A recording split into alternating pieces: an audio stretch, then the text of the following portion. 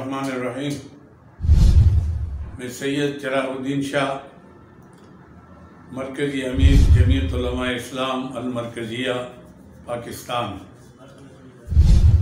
मरकज़ी अमीर तहरीक इत्तेहाद उम्मत पाकिस्तान, तमाम आलम इस्लाम के सरबराहों और आलमी क़ुव्वतों से ये पुरज़ोर मुतालबा करता हूँ कि इस वक्त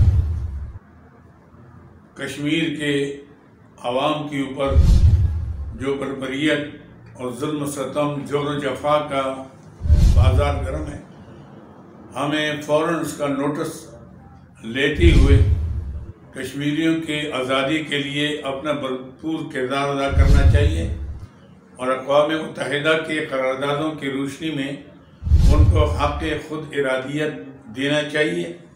ये हमारा हक़ है और पूरी इंसानियत के ऊपर और पूरे आलम के ऊपर उनका एक हक़ है। ये सिर्फ पाकिस्तान का मसला नहीं है, ये पूरी इंसानियत का मसला है।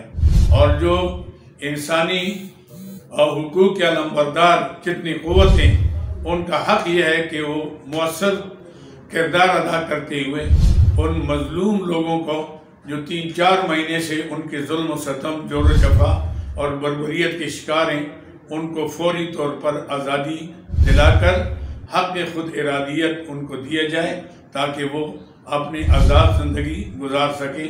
यह हमारा अखलाकी ईमानी फ़राइज़ में शामिल है, इसलिए हमें इसके लिए अमलन किरदार अदा करना चाहिए। पाकिस्तान खुसूसी तौर पर और तमाम आवाम को जज्बा जिहाद से सरशार कर ले।